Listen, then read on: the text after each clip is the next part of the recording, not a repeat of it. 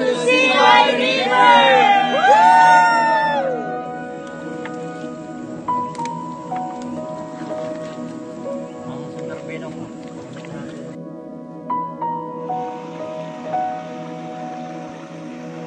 Update po, ito po yung paliguan dito sa CY River Biopark. At kung napapansin nyo po, ang linaw at ang ganda na po ng tubig.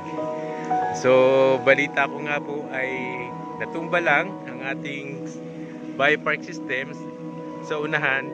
Kaya ngayong pong araw na ito ay ating ibabalik at i-rehabilitate yung ating CY River Biopark.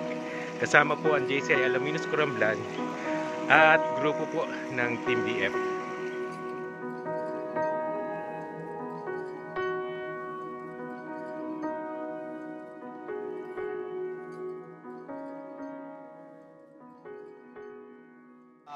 Oxygen na kung saan ay ito po ay makakatulong sa kalikasan, environment, upang sa ganon ang ating po mga hinihingang hangin ay malinis at salang-sala ng mga kawayang lalaki dito sa river na ito.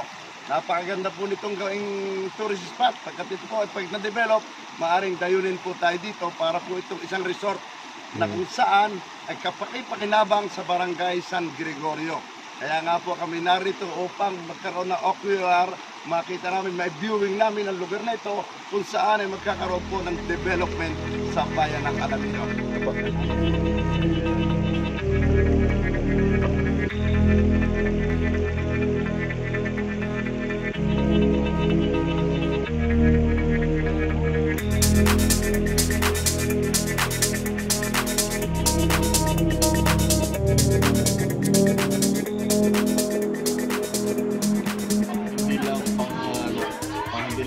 Turismo, at least magkaroon tayo dito ng project na ulang.